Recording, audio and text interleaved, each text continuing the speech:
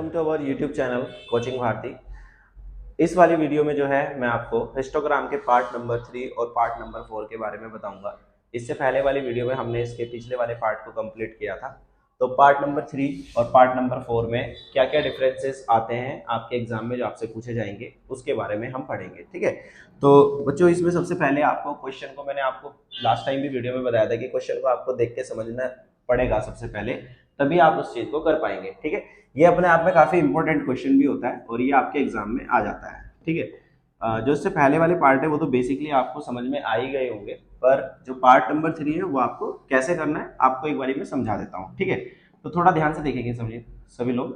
तो यहाँ से आपको क्या करना है, जो हमारे पास क्लास इंटरवल है उसके बीच में आप सबसे पहले गैप देखेंगे। जो मैंने बताया था कि गैप देखना है, इसके बीच में 6 का गया, जैसे 4 का गैप आया, इसके बीच में 6 का गैप आया, इसके बीच में 12 का गैप आया। ठीक है ना, ऐसे ऐसे करके आप इनके सबके गैप देख लेंगे। ठीक है ना, वट एवर द गैप आप इसके गैप को मेंशन कर लेंगे। अब उसके बाद आपको करना क्या है, यहाँ पे जो इसका अपर लिमिट है वो इसका यहाँ पे लोअर लिमिट भी बन रहा है।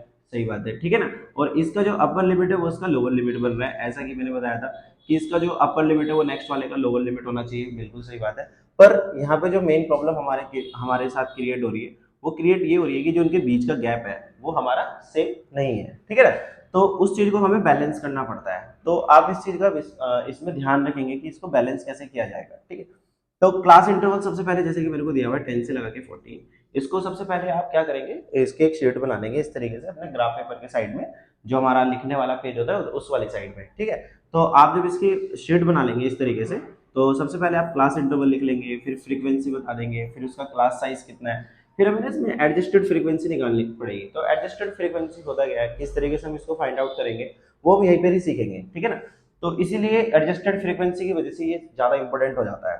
तो सबसे पहले हम इसका क्या करेंगे, क्लास इंटरवल हमें दिया 10 से लगा के 14 दिया, फिर दूसरा हमें 14 से कितना दिया, वहाँ पे 20 दिया। ठीक है ना, और फिर वहाँ पे 20 से कितना दिया, हमारे पास 32 दिया, फिर ऐसे ही 32 से 52 दिया और 52 से 66 दिया। ठीक है, इसका फ्रीक्वेंसी हमें 5 दिया, इसका 6 दिया, इसका 9 दिया और इसका 25 और इसका 21। जैसे कि मैंने आपको लास्ट टाइम वीडियो में भी बताया था कि हम इसका क्लास साइज किसी भी इंटरवल का क्लास साइज निकाल सकते हैं। तो क्लास साइज का फॉर्मूला आप सब लोग जानते हैं कि हम क्या करते हैं, अपर लिमिट माइनस के lower limit, upper limit minus के lower limit, L dot L मतलब लोअर लिमिट। तो ये होती है हमारे पास अपर लिमिट, ये क्या होती है लोअर लिमिट। तो जब आप 14 में से 10 माइनस करेंगे तो हमारे पास कितना जाएगा 4, 20 में से 14 माइनस करेंगे तो कितना जाएगा 6, 32 में से 20 माइनस करेंगे तो आ जाएगा हमारे पास कितना 12। तो इसी तरीके से 52 में से जब आप 32 माइनस करोगे तो हमारे पास कितना जाएगा 20, 66 में से 52 माइनस जब आप करोगे तो हमारे पास आ जाएगा ये यहाँ पे 14। तो इस तरीके से आप इतना टेबल तो कर ही लेंगे। उसके बाद हमें एडजस्टेड फ्रीक्वेंसी में फाइंड आउट करनी है। ठीक है ना, एडजस्टेड फ्रीक्वेंसी हम कैसे फाइंड आउट करते हैं, तो एडजस्टेड फ्रीक्वेंसी का सबसे पहले तो आपको इसके बारे में इसका फॉर्मूला थोड़ा सा पता होना चाहिए। आपको इसका फॉर्मूला याद कर लेना है, minimum class size upon frequency, minimum class size upon class size into frequency, minimum class size upon class size into frequency. तो यहाँ पे आप इसका ना क्लास साइज लिखेंगे। तो हमें ना जो मिनिमम क्लास साइज लेना है, तो क्लास साइज हम यहाँ से सबसे मिनिमम क्लास साइज हम कैसे सेलेक्ट करेंगे वो आप देख लेंगे। तो मिनिमम क्लास साइज देखो इसमें सबसे कम कौन सा है। अब इस वाले लाइन में ये हमारे पास सारे के सारे क्या है, क्लास साइज है। इस वाले क्लास साइज में सबसे मिनिमम कौन सा है, मिनिमम मतलब सबसे कम कौन सा है, तो सबसे कम वाला क्लास साइज हमारे पास ये वाला है 4। ठीक है ना, तो हम इसको क्या करेंगे, ये 4 सब के लिए यूज होगा। तो हमें पता लग गया मिनिमम क्लास साइज हमारे पास कितना है 4।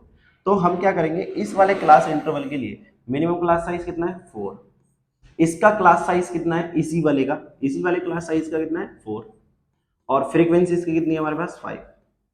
तो यानी जो हमारे पास एडजस्टेड फ्रीक्वेंसी आएगी वो कितना आ जाएगा 5 आ जाएगा। ठीक है ना, इसी तरीके से नेक्स्ट वाले में भी हमें निकालना पड़ेगा 6 के लिए।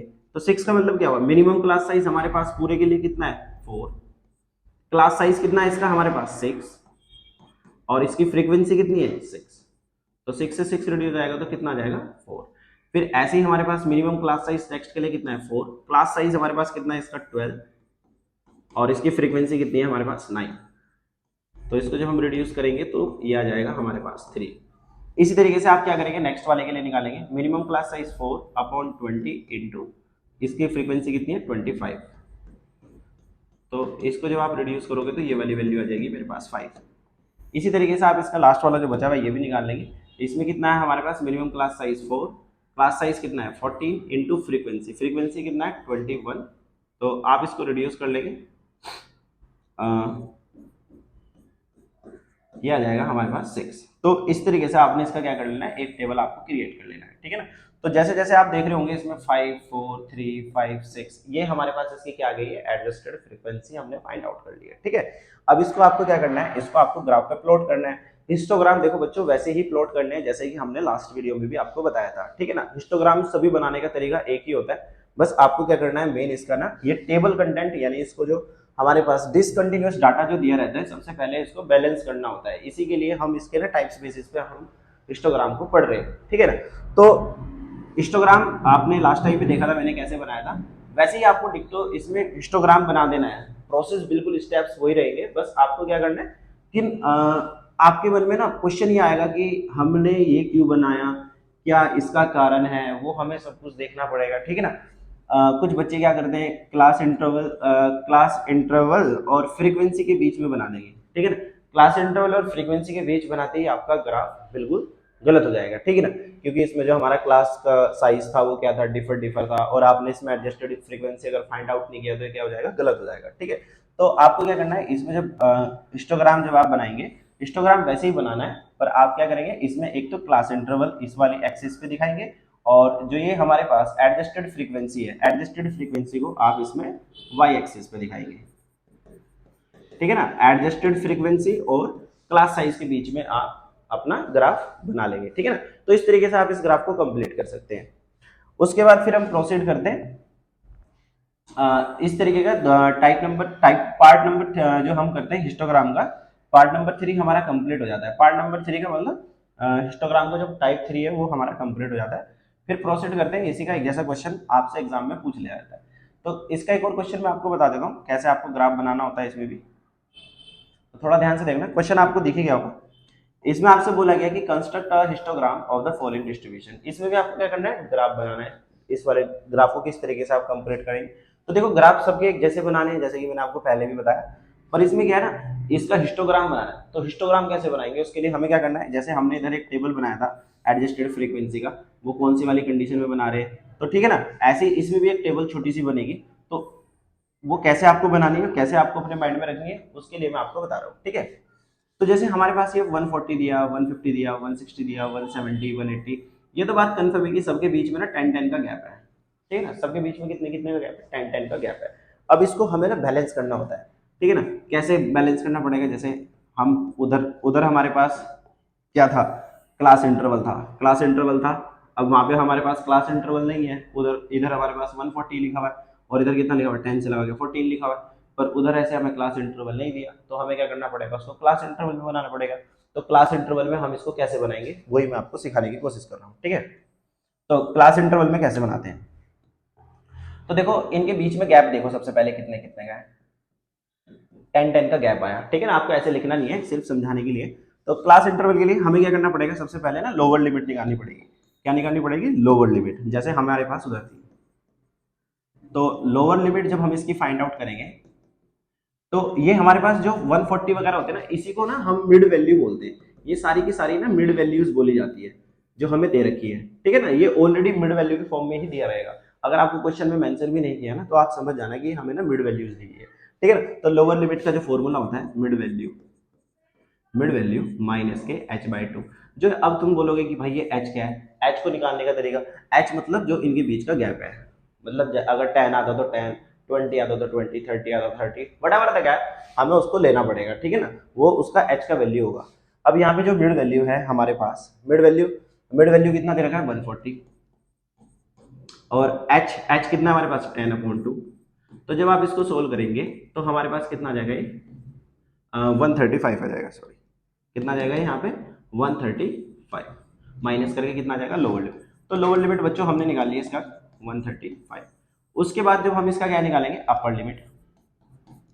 भाई लोअर लिमिट तो निकल गया, अब हम यहाँ से क्या फाइंड आउट कर रहे हैं, अपर लिमिट। तो अपर लिमिट में क्या करना है, ऐसे ही मिड वैल्यू प्लस के h/2। तो मिड वैल्यू कितना है हमारे पास 140 प्लस के h/2 आ जाएगा। यहाँ पे बस आपको माइनस लगाना है और इसमें क्या लगाना है, प्लस लगा देना है, उल्टा मत कर देना, अदरवाइज ये क्या हो जाएगा, गलत हो जाएगा।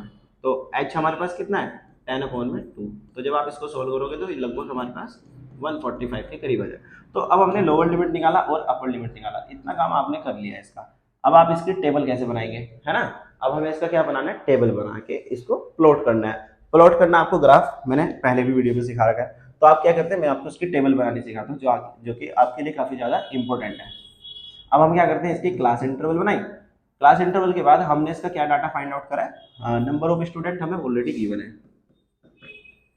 नंबर ऑफ स्टूडेंट हमें ऑलरेडी क्या है, गिवन है।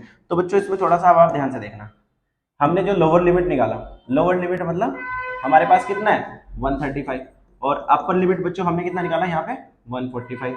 तो 135 से 145 तक क्या हो गया हमारे पास, एक ये क्लास इंटरवल बन गया। अब इस क्लास इंटरवल से कहने का मतलब क्या है, यहाँ पे कितना है 145। अब 145 इनके बीच में क्या 10 का गैप है, हाँ है। क्यों, हमें कैसे पता लग रहा है, क्योंकि इनके सबके बीच में भी कितने कितने का गैप आ रहा था, 10 का गैप आ रहा था। तो उसी तरीके से हमने क्या करा, इनके बीच में भी इसका हमने क्या करा, क्लास इंटरवल बना लिया है, ठीक है। तो 145 से जब हम जाएंगे तो इधर कितना हो जाएगा 155 से कितना आ जाएगा 165, ऐसे ही 165 से 175 और 175 से 180 पे, क्योंकि हमारा लास्ट है तो हमने उतना ही वहीं तक ही करेंगे इसको, उसके आगे नहीं बढ़ेंगे, ठीक है। अब इसकी वैल्यू कितनी दे रखी है हमें, यहाँ पे 6 दे रखा है, और इसका वैल्यू कितना दे रखा है 8, तो हम यहाँ पे कितना करेंगे 8 दे देंगे। और 155 पे कितना दे रखा है हमें यहाँ पे 20 दे रखा है, और यहाँ पे 14, और यहाँ पे कितना दे रखा है 3। अब आपको क्या करना है, इसके बीच में ग्राफ बना देना है। कौन सा ग्राफ बनाओगे, हिस्टोग्राम आप इसके बीच में इजीली प्लॉट कर सकते हैं, ठीक है ना। हिस्टोग्राम मैंने आपको पहले भी बनाना सिखा रखा है, उसी तरीके से आप इसका हिस्टोग्राम बना देंगे, ठीक है ना। होपफुली आप सभी लोगों को ये समझ में आया होगा। Thank you for watching.